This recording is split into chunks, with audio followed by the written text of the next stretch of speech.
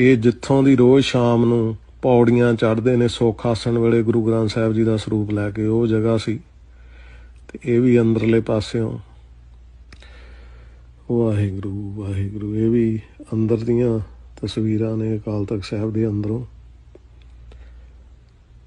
ਇਹ ਬਾਹਰਲਾ ਵਿਊ, ਇਹ ਜਿਹੜਾ ਵਿਊ ਹੁਣ ਆ ਰਿਹਾ ਇਹ ਵੀ ਅੰਦਰਲਾ ਪਾਸਿਓਂ। ਤੇ ਇਹ ਘੰਟਾ ਘਰ ਤੋਂ ਲਿੱਤਾ ਹੋਇਆ ਵਿਊ ਹੈ ਅਕਾਲ ਤਖਤ ਸਾਹਿਬ ਦਾ। ਤੇ ਉਹ ਸਥਾਨ ਹੈ ਜਿੱਥੇ ਗੁਰੂ ਹਰਗੋਬਿੰਦ ਸਾਹਿਬ ਜੀ ਬਿਰਾਜਿਆ ਕਰਦੇ ਸੀ। ਉਹ ਤਖਤ ਹੈ, ਅਸਲੀ ਤਖਤ ਜਿਹੜਾ ਜਿੱਥੇ ਗੁਰੂ ਹਰਗੋਬਿੰਦ ਸਾਹਿਬ ਜੀ ਬਿਰਾਜਦੇ ਹੁੰਦੇ ਸੀ। ਤੇ ਅੱਜ ਦੀ ਡੇਟ ਦੇ ਵਿੱਚ ਇੱਥੇ ਸੋਨੇ ਦੀ ਪਾਲਕੀ ਆ ਤੇ ਸ਼ਸਤਰ ਪ੍ਰਕਾਸ਼ ਕੀਤੇ ਜਾਂਦੇ ਹਨ। ਇਹ ਉਹ ਸਥਾਨ ਹੈ, ਅੰਦਰਲੇ ਪਾਸੇ ਦਾ ਵਿਊ ਹੈ। ਤੇ ਇਹ ਕੋਠਾ ਸਾਹਿਬ ਜਿੱਥੇ ਗੁਰੂ ਗ੍ਰੰਥ ਸਾਹਿਬ ਜੀ ਦਾ ਸੁੱਖ ਆਸਣ ਕੀਤਾ ਜਾਂਦਾ ਹੈ ਤੇ ਗੁਰੂ ਅਰਜਨ ਦੇਵ ਜੀ ਦੀ ਯਾਦ ਦੇ ਵਿੱਚ ਥੱਲੇ ਚਿੱਟੀ ਚਾਦਰ ਵਿਛਾਈ ਜਾਂਦੀ ਹੈ। ਗੁਰੂ ਅਰਜਨ ਦੇਵ ਜੀ